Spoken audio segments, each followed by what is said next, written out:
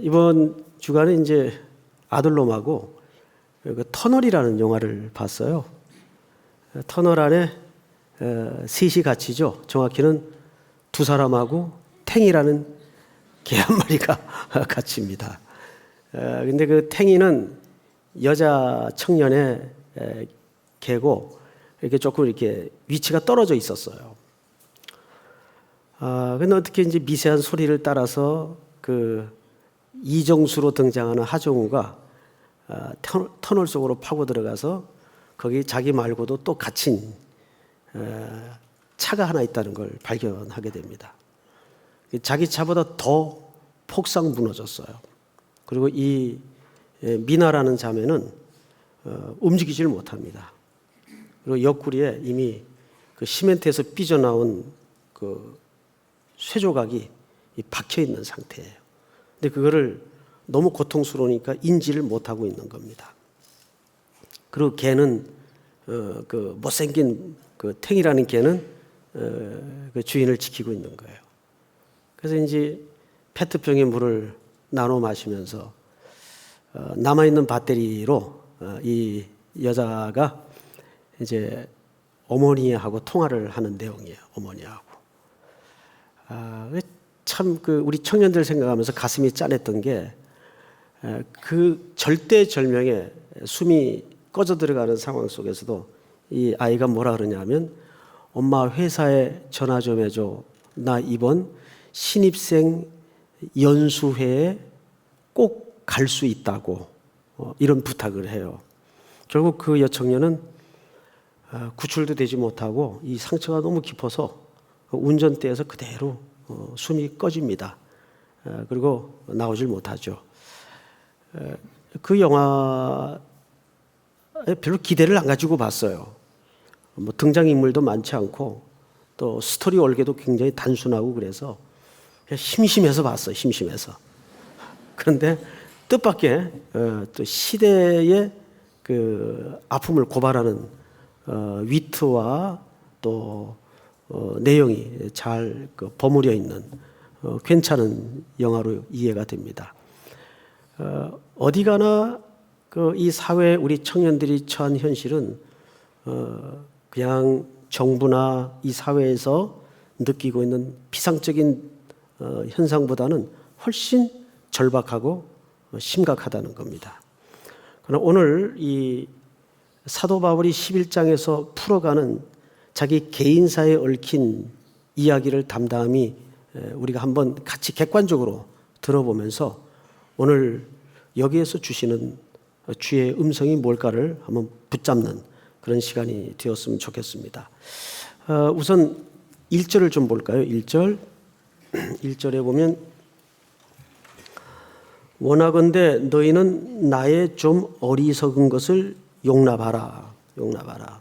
우리가 매일 보고 있는 매일 성경 그 가이드라인에 보면 이 부분에서 바보의 넋두리 기법이다 이렇게 썼어요. 바보의 넋두리 기법이다. 사실 그 기법은 당대 고대 사회의 문학적인 기법이나 대화법에서 흔히 사용하던 방법입니다. 무슨 얘기냐면 자기를 아예 바보로 만들어서 의미와 메시지를 전달하는 방식이 있어요. 이제 그 기법을 바울이 여기서 도입을 하는 겁니다. 원하건대 너희는 나의 좀 어리석은 것을 용납하라. 용납하라는 말은 인내해달라. 근데 여기서 어리석다라는 말은 바울이 스스로 어리석어졌다 그 말이 아니고 이거는 제1독자 누굽니까? 고린도 교회 성도들이죠. 그리고 지금 바울과 고린도 교회 성도들과 거짓 교사들이 삼각관계를 이루고 있어요. 근데 지금 고린도 교회는 거의 거짓 교사들의 달콤한 유혹에 마음과 생각을 많이 뺏겨버렸어요. 대다수가. 그래서 그들은 바울의 모든 하나님의 영광을 위해서 다름질하는 사역에 대해서 손가락질 하고 있는 겁니다. 뭘로? 어리석은 사도. 바울이 그 평가를 그대로 자기가 수용하는 거예요. 내가 좀 어리석어도 용납해달라. 내가 지금부터 어리석게 얘기하겠다. 그들의 평가를 그렇게 받아서 척 넘기는 겁니다. 이것은 상당한 그 배짱이 아니고, 이거는 뻔뻔함이 아니고, 도무지 근거가 없이는 이런 삶의 태도가 나올 수가 없는 거예요. 그러니까 쉽게 우리 표현으로 하자면 믿는 구석이 있으니까 기꺼이 자기가 성도들의 어떤 성장과 고침을 위해서 뭐가 되어버리는 겁니까? 그냥 그대로 바보가 되는 거예요. 바보가. 두 가지를 얘기합니다. 첫째는 사도 바울이 고린도 교회에서 사례를 받지 않는 부분에 대해서 고린도 교회 성도들이 손가락질을 한 거예요. 아니, 사례를 안 받는데 왜 손가락질을 해요? 뭐 요즘 우리 한국 교회 풍조 같으면 짝짝짝짝 하고 박수를 쳐야 되는 거 아니에요? 근데 반대로 생각을 했어요. 아유, 그러면 그렇지. 자격이 안 되니까 사례 받을 생각을 못 하는구나. 이렇게 오해를 해버린 겁니다. 그리고 또 하나는 사도 바울이 굉장히 정말 5장 6부를 다 꺼내 어깨에 걸머질 정도로 자기를 낮추었어요. 교회 성도들이 뭐라고 공격을 해도 제 잘못이죠. 제 탓입니다. 이렇게 된 거예요. 이런 겸손이 힘을 숭상하고 보이는 것을 숭상하는 당시 문화 구조에 익숙한 고린도 교회 성도들에게는 도무지 맞득치 않은 겁니다. 그래서 그걸 또 시비 삼아서 뭔가 저 사람은 꿀리는 게 있어. 쉽게 얘기하면 이렇게 된 거예요. 그래서 이걸 통틀어서 어리석은 이렇게 평가가 주어진 겁니다. 바울이 그걸 지금 받는 거예요. 그래, 내가 어리석다. 그리고 나의 어리석음을 좀 용납하고 인내하고 어리석은 사람의 이야기를 좀 들어봐라. 이제 이렇게 시작을 하는 겁니다. 그리고 성경을 한번 볼까요? 청하건대 나를 용납하라. 2절 한번 읽을까요? 시작. 내가 하나님의 열심으로 너희를 위하여 열심을 내노니 내가 너희를 정결한 처녀로 한 남편인 그리스도께 드리려고 중매함이로다. 그러나 나는 여기까지만 하십시다. 바울이 그렇게 어리석음이라는 평가를 뒤집어 쓰면서까지도 그럴 수밖에 없었던 것은 그 진짜 동기가 뭐냐면 그 마음속에 누구의 열심이 있었어요? 그렇죠. 하나님의 열심이 있었어요. 그런데 성경에서 열심이라는 개념은 항상 질투라는 개념과 맞닿아 있습니다. 질투. 예를 들어서 열왕기상 19장에 보면 갈멜산의 엘리야가 바알의 선지자들과 함께 대격전을 벌이죠. 그 사건을 근거로 해서 열왕기상 기자는 이렇게 소개합니다. 하나님의 열심이 유별하오니 이렇게 표현을 해요. 하나님의 열심이 유별하다. 그러니까 이 말은 하나님의 질투가 엘리야의 마음속에 밀어넣어졌다라는 의미예요. 아주 똑같은 예를 한 군데 더 들죠. 바울이 아덴에 머물게 되었어요. 아덴 시내를 구경하다가 희한한 걸 목격하게 되죠. 하얀 대리석으로 웅장하게 지어진 사람들이 수공해서 만드는 로마 제국하에 어마어마한 신전을 보게 되는데 최고의 신전이 아데미 신전을 보게 돼요. 그것은 아시는 대로 사람들이 만들어서 자기들의 기륭 화복을 위해서 비는 제단이에요. 거기에 많은 사람들이 어마어마한 물질을 갖다가 바치고 온몸과 마음을 상하게 만듭니다. 이거를 바울이 목격하게 돼요. 그때 성경의 기자가 이런 표현으로 그 장면을 소개합니다. 분노하여. 그 분노라는 말은 사실 질투라는 말이에요. 열심을 냈다 그 말이에요. 그 말은 사도 바울의 중심 속에 하나님의 질투가 대신 감정이입이 돼버린 겁니다. 그러면 바울이 질투했다는 말보다는 사실상 바울의 심정을 빌려서 누가 질투했다는 얘기가 될까요? 그렇죠. 하나님이 질투했다는 얘기가 돼요. 지금 여기에서도 바울이 하나님의 열심이라는 것은 하나님의 질투가 내 마음속에 있다 그 말이에요. 왜 하나님께 돌아가야 될 영광을 인간들이 엉뚱한 우상에다가 절하느냐? 그러면 이건 당연히 사랑의 삼각관계 공식상 누가 질투해야 될 문제인가 하면 하나님이 질투해야 될 문제예요. 근데 그 하나님의 질투의 마음이 지금 누구에게 부어진 겁니까? 바울에게 부어진 거예요. 하나님의 열심. 그래서 이 하나님의 열심의 개념은 성경 전체에 걸쳐서 우리에게 굉장히 중요한 주제가 됩니다. 혹시 지금은 은퇴해서 감독을 하나요? 지금 모르겠네요. 허재라는 감독 아시죠? 허재. 국가대표도 역임했고, 그분 별명이 농구 대통령이라면서요. 그분에 관한 그 일화는 굉장히 많습니다. 또 성격이 굉장히 또 다혈질이더라고요. 언젠가 우리 대표팀을 데리고 중국 가서 경기를 하다가 중국 기자들하고 기자 인터뷰를 하는 가운데 그냥 공개적인 방송 인터뷰인데 그냥 쌍욕을 막 하더라고요. 성질 대단하더라고요. 좀 이렇게 표현하기 민망할 정도의 욕을 중국 기자들에게 막 하는 걸 봤어요. 근데 그분을 그 현역 시절에 그분을 맡았던 감독들에게 남겨지고 돌아다니는 유명한 일화가 있어요. 어느 감독인지는 지금 기억이 안 나는데 인터뷰했던 기사입니다. 감독이 하는 말이에요. 이제 그 팀에는 허재 선수가 있는 겁니다. 유명한 재능이 있는. 우리 팀은 허재가 컨디션 좋은 날은 망한다. 이 감독이 진짜 인터뷰한 얘기입니다. 우리 팀은 허재가 인터뷰가 아니라 허재가 컨디션이 좋은 날은 게임이 안 된다는 거예요. 컨디션이 워낙 좋으니까 어떻게 하는 겁니까? 게임 플레이를 하는 거예요. 혼자 막 가드하고 슈터하고 혼자 다 하는 거예요. 패스 안 하고 드리블하고 계속. 농구는 몇 명이 하는 거죠? 5명이 하는 거예요. 패스를 안 한다는 거예요. 게임 망하는 거죠. 단체 경기인데. 이게 1대1 종목 같으면 별 문제 없겠죠. 근데 단체 경기란 말이에요. 그래서 허재가 컨디션이 너무 좋으면 그날은 틀림없이 결과가 늘 안 좋았다는 거죠. 우리 열심이 늘 그래요.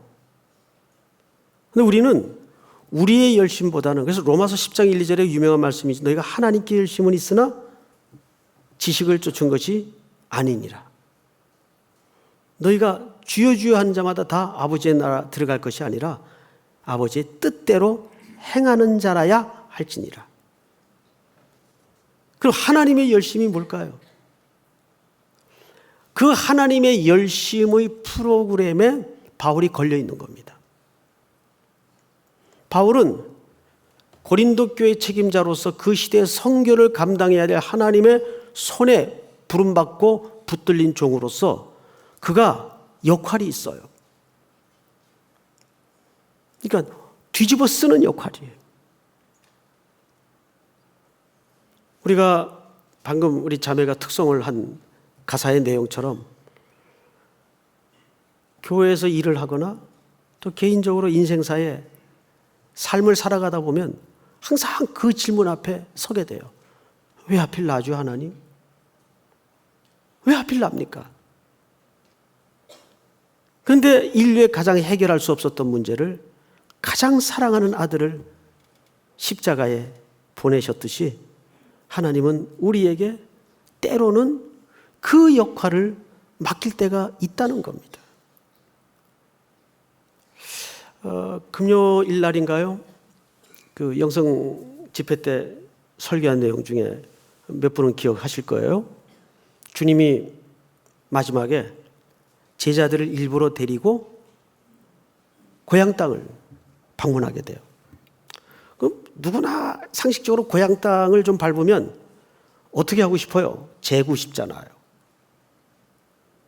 그래서 막 기적도 베풀고, 박수도 받고, 역시 누구네 집 아들 최고야. 더구나 지금 누가 있어요? 제자들이 같이 있어요. 근데 일부러 그 제자들을 데리고 가셨습니다. 고향에. 그리고 고향에서 예수님이 겪는 그 황당한 불친절과 모욕, 박대, 공격당함, 이런 것들을 고스란히 제자들로 하여금 보게 합니다. 왜 그러셨을까요? 그러고 나서 제자들을 세상에 파송하죠. 이유는 하나예요. 너희들이 찾아가서 감당해야 될 삶의 현장은 언제나 너희들에게 갈채와 꽃다발을 흔드는 환영만 준비되어 있는 게 아니다. 모함과 공격과 피눈물 나는 일들이 반드시 있을 것이다. 그걸 미리 보여주시는 거예요. 자신의 퍼포먼스를 통해서. 그래서 고향 땅에서 배척받는 모습을 그려냅니다. 얼마나 가슴 저리는 이야기일까요? 근데 바울이 지금 그거를 하나씩 하나씩 하나님의 일꾼으로서 깨달아가는 거예요. 이제 나이가 들고 세월이 가면서 저는 요즘 일꾼에 대한 정의가 달라져요. 정말 좋은 일꾼은 기능적으로 뛰어나고 효율적으로 결과가 탁월하고 아니요. 그건 우리식 사고예요. 어쩌면 그 반대일 수도 있어요. 어쩌면. 그게 아닐 수도 있어요. 지금 그 시대에 하나님이 바울에게 맡긴 복음의 역사를 감당하는 가운데 바울이 겪었던 피눈물 나는 여정은 헤아릴 수가 없어요. 이렇게까지 아픔을 겪어야 하나. 그래서 사람들이 오해했다니까요. 이 사람은 문제 있는 사람 아니야? 그게 정상이라는 거예요. 여러분, 심정적으로는 동의가 안 돼도 머리로는 아멘. 그렇죠? 예. 도저히 심정적으로는 동의 못 하겠어. 그죠? 예, 당연해요. 그런데 그것이 우리가 세상을 향하여 떠밀린 솔직한 자리예요. 그리고 기꺼이 예수님도 그 십자가로 향하는 걸음을 거부하지 못했어요. 얼마나 힘들었으면 마지막 날밤 아드님이 겟세마네에서 그런 기도를 다 했을까요? 지금이라도 아버지 뜻을 거둘 수 있다면 이 잔을 내게서 지나가게 하여 주시옵소서. 그런데 그 아버님은 그렇게 사랑했던 아들을 십자가 형장으로 잘 가도록 천군 천사를 도와서 돕도록 했어요. 우리 신앙은 이제는 잠에서 깨어나야 됩니다. 무엇이 참된 신앙인가? 청년들이 처한 현실이나 부모 세대가 처한 현실이나 누가 더 낫냐 못하냐의 경중을 따질 건 아니에요. 고통이라는 성격은 다 자기가 직면하기에 가장 아파요. 그래서 남의 말을 쉽게 하는 것은 아직 인생을 덜 살았거나 어리석은 거예요. 남의 말을 쉽게 할 수 없습니다. 남의 말을 쉽게 해서도 안 돼요. 다 사람은 겉만 보게 돼 있습니다. 속까지 어떻게 봐요? 그 터널이라는 영화 마지막 장면에 정말 코믹한 장면이 등장을 하죠. 기자들이 저쪽에서 이제 그 들것에 실려서 구급차로 가는 30 며칠 만에 구출된 그 이정수 씨에게 지금 심정이 어떻습니까? 막 소리를 쳐요. 그러니까 그 구조대장인 오달수에게 그 하정우 씨가 귀에다 대고 뭐라고 얘기를 해줘요. 전달을 하라고. 이거 머뭇하다가 한번 보다가 그 기자들과 행정관들이 서 있는 그 군중을 향해서 전달할 수 없는 아주 쌍욕을 합니다. 야, 이 XXX들아! 라고 이정수 씨가 얘기했습니다. 근데 그 다음이 더 웃겼어요. 그 다음이. 다 이렇게 엄지손가락을 내밉니다. 하정우가. 그러니까 그건 사실 오달수 씨 보고 잘했다라는 얘기였어요. 근데 그 다음날 아침에 신문에는 이 엄지손가락이 사진으로 크게 찍히면서 구출소감, 엄지척. 얼마나 이 언론의 말장난들이고 착시 효과, 착시 현상입니까? 세상이 원래 그래요. 다 자기가 보이는 대로 쓰고 보이는 대로 말하는 거예요. 이렇게 세상에서는 제대로 된 평가를 기대하는 것만큼 어리석은 게 없어요. 그래도 우리는 어떻게 해야 됩니까? 바람은 불어도 가는 거예요. 바람은 불어도 가는 거예요. 왜? 우리에게는 누구도 흔들 수 없는 절대 가치가 있기 때문입니다. 그분이 계시기 때문이에요. 내가 그분을 붙잡고 간다면 언제든지 놓을 가능성이 많은데 성경의 질서는 그렇게 되어 있질 않고 그분이 나를 붙잡았어요. 나는 놓을 때가 한두 번이 아니에요. 못하겠습니다. 더 이상 못하겠습니다. 그런데 주님이 나를 안 놔요. 일정기가 또 끌려가는 거예요. 질질질 끌려가는 거예요. 징징거리면서 끌려가는 거예요. 자, 그런데 사도 바울이 오늘 중반 부분에서 이런 얘기를 합니다. 4절을 볼까요? 4절. 3절부터 좀 읽겠습니다. 뱀이 그 간계로 하와를 미워한 같이 너희 마음이 그리스도를 향하는 진실함과 깨끗함에서 떠나 부패할까 두려워하노라. 자, 여러분, 너무 명징하게 분명한 게 뭐냐면 바울이 그런 참 뒤집어 쓰는 세월 속에서도 기가 막힌 게 자기 사정과 자기 연민에 빠져 있질 않아요. 항상 일관되게 바울은 오로지 하나의 생각이 뭐예요? 교회. 교회를 향한 마음이에요. 믿습니까? 교회를 향한 생각이에요. 그리고 이렇게 소개합니다. 2절 끝에 보니까 2절부터 읽겠습니다. 내가 하나님의 열심으로 너희를 위하여 열심을 내노니 내가 너희를 정결한 처녀로 한 남편인 그리스도께 드리려고 뭐함이로다? 자, 여러분, 여기서 바울이 자기를 뭘로 소개하죠? 중매장이로 소개해요. 이 중매장이를 오늘날 뚜쟁이 정도 개념으로 이해하면 안 됩니다. 고대 사회는 중매장이가 부모입니다. 부모에게 그 권리가 있었어요. 교회를 그리스도에게로 흠없이 안내하려고 자기가 기꺼이 중매장의 마음을 갖는 거예요. 그럼 무슨 마음을 가졌다는 이야기가 됩니까? 또한 부모의 마음을 가졌다는 얘기가 돼요. 그래서 바울의 이 글 내용과 문장의 표현을 보면 양육의 개념이 굉장히 많아요. 좋은 일꾼은 첫째, 지금까지 쭉 얘기한 것처럼 하나님의 열심에 붙들려야 돼요.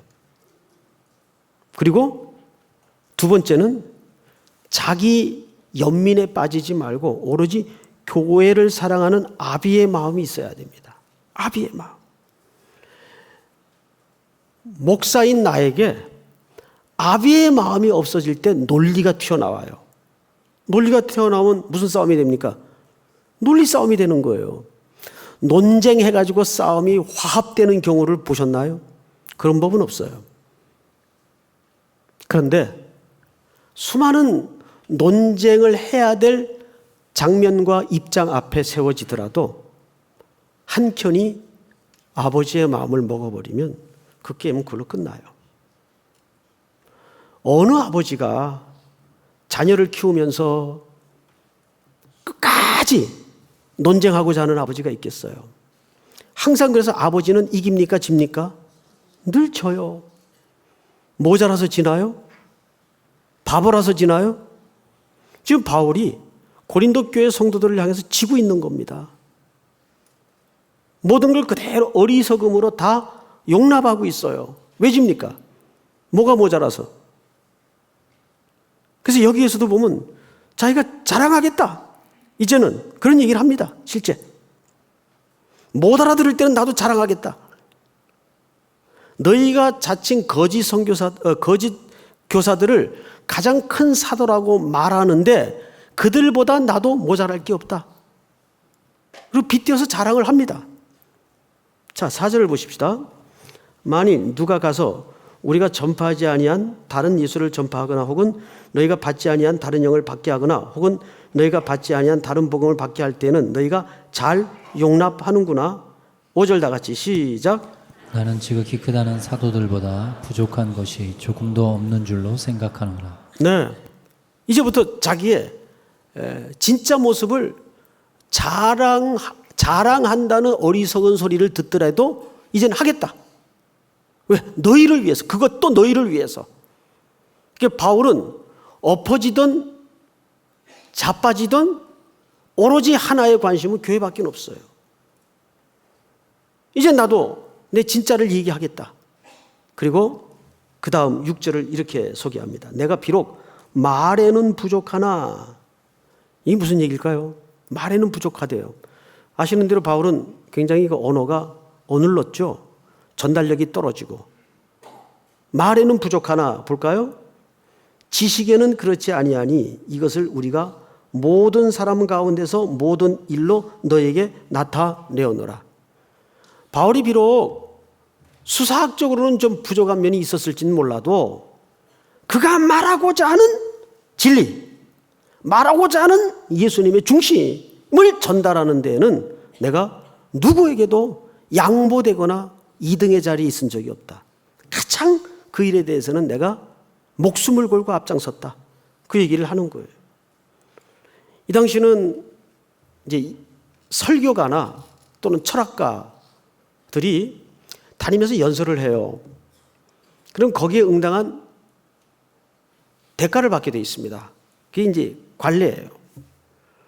그러다 보니까 사람들이 누가 더 이게 쏙쏙 귀에 들어가게 아주 좋은 예화를 통해서 귓구멍에 쏙 들어가게 잘 전달을 하느냐에 따라서 그 받는 돌아온 액수의 대가가 달라져요.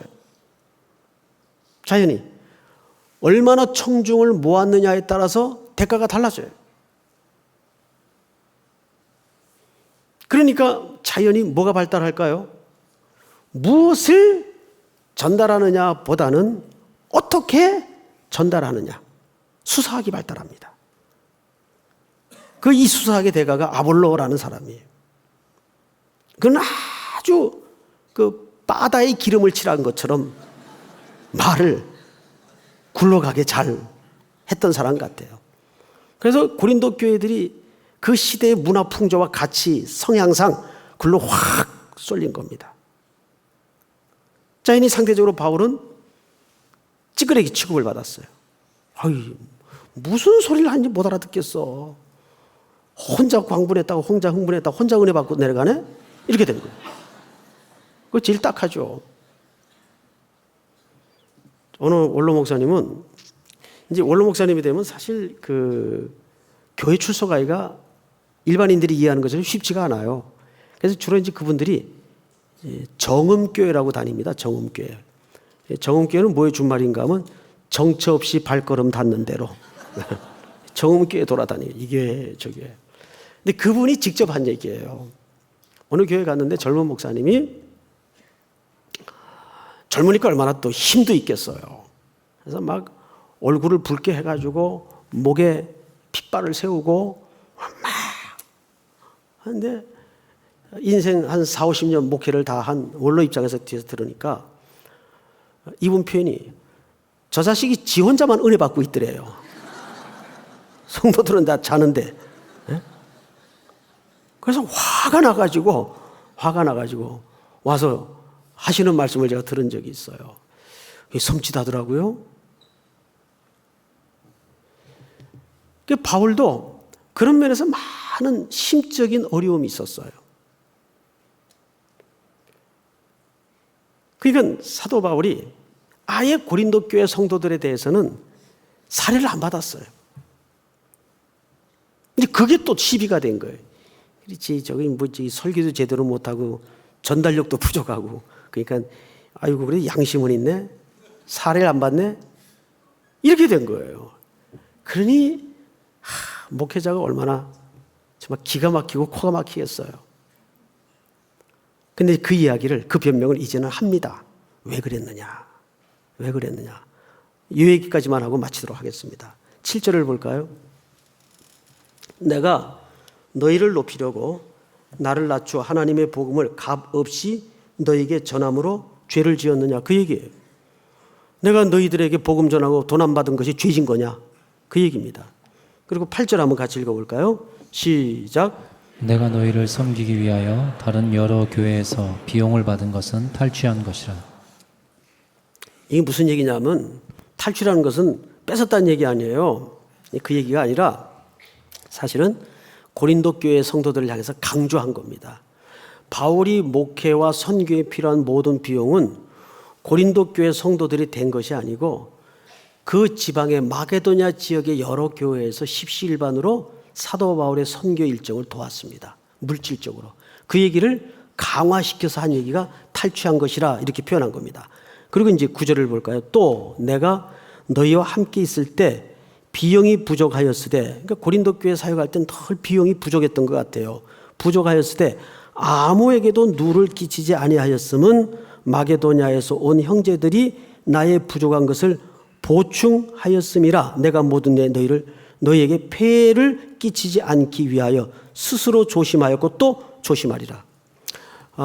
고린도 교회 이제 목회 구조를 좀 여러분 이해하실 필요가 있는데, 고린도 교회 성도들은 이 빈부격차가 굉장히 심했습니다. 그래서 교회가 이제 막 태생한 지 얼마 안 된 교회이기 때문에 이렇게 뭐 목회자에 대해서 이렇게 생활비를 대책하고 이런 게 개념 자체가 전무했어요.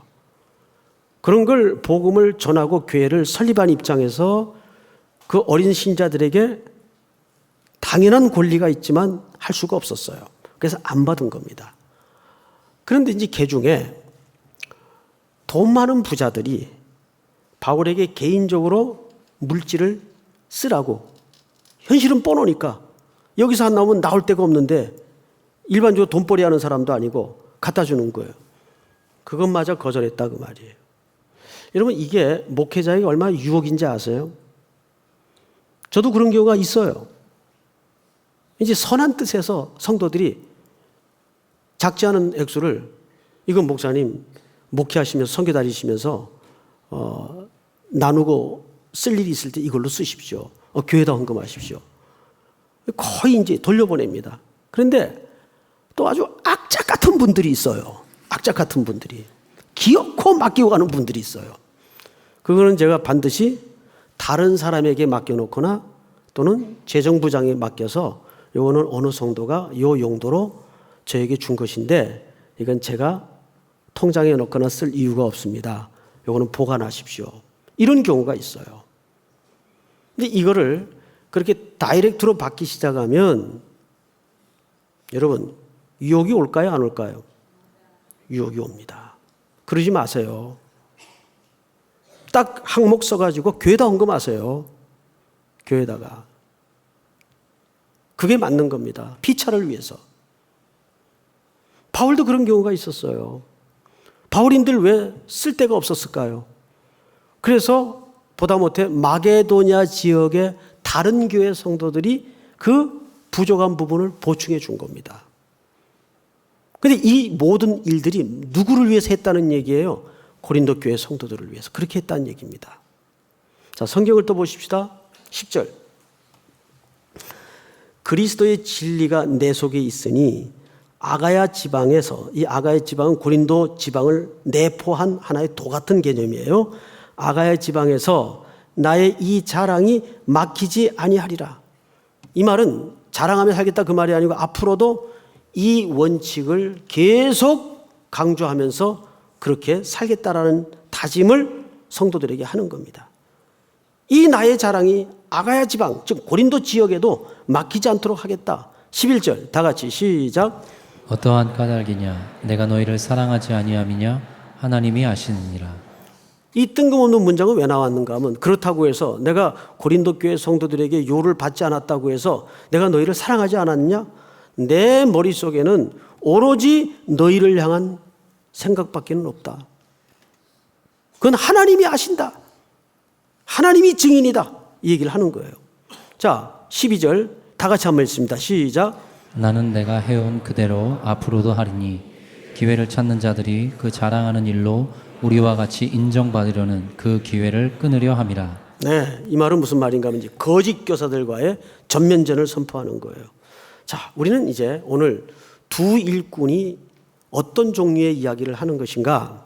첫째는 사도 바울이 하나님의 열심으로 교회를 온전히 사랑하고 양떼를 사랑하기 위해서 자기가 어떠한 어려움과 공고함과 뒤집어쓰임을 당해도 그 자리에서 흔들리지 않는 일꾼. 자기 영광이 중요한 게 아니라는 얘기예요. 자기 자존심이 더더욱 중요한 게 아니라는 얘기예요. 믿습니까? 우리는 내 자존심 무너지면 에이씨 나 안 해. 너 다 해먹어. 너 다 해먹어. 나 안 해. 이렇게 나오잖아요. 그건 좋은 일꾼이 아니에요. 그리고 또 한 종류의 일꾼은 뭐냐? 모든 사역의 근거가 자기 자랑에 있는 겁니다. 내게 근거가 된 거예요. 내 영광이 우선이에요. 내 자존심이 우선이에요. 극명하게 대조되는 거짓 교사들과의 구분을 여기서 이렇게 짓고 있습니다. 앞으로 이제 우리 교회가 10월 16일 날 일꾼 선출을 앞두고 있는데 제일 중요한 것은 제가 이제 일꾼 선출을 위해서 매일 기도를 하죠. 기도를 하다가 첫 번째 어떤 분들이 장로로, 권사로, 안수입사로 선택이 되었으면 좋을까? 이게 또 여러분들의 기준이 있겠고 저는 담임 목사로서의 기준이 있겠죠.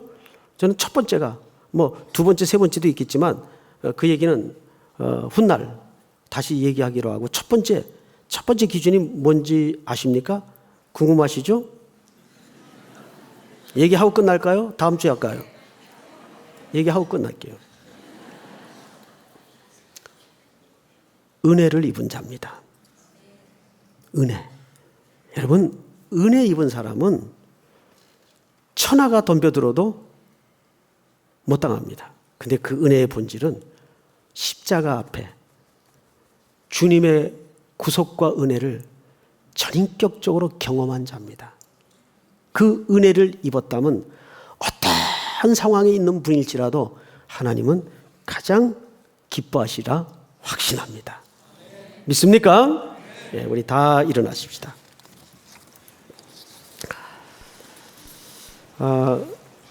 우리 그 준비한 찬송하고는 좀 다른데 우리를 사용하셔서 우리에겐 소원이 하나 있네. 이 찬양하십시다.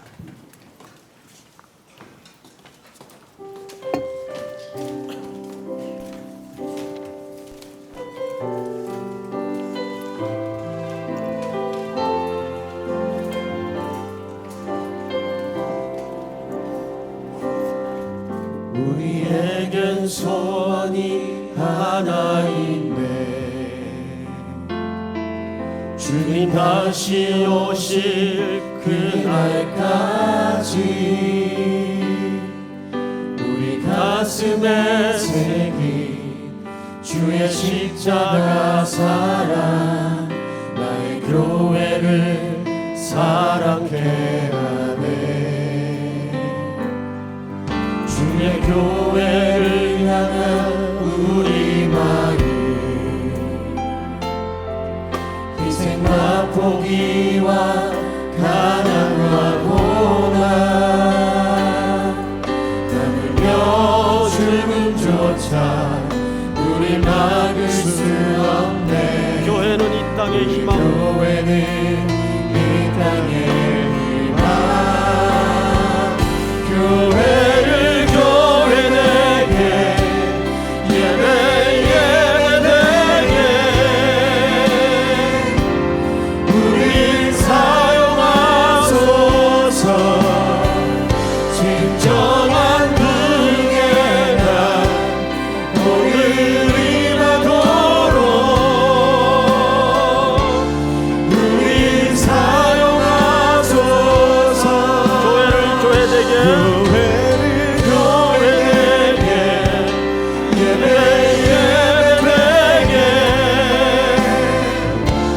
우리 사용하소서. 진정한 은혜 날 모든 임하도록 우리 사용하소서.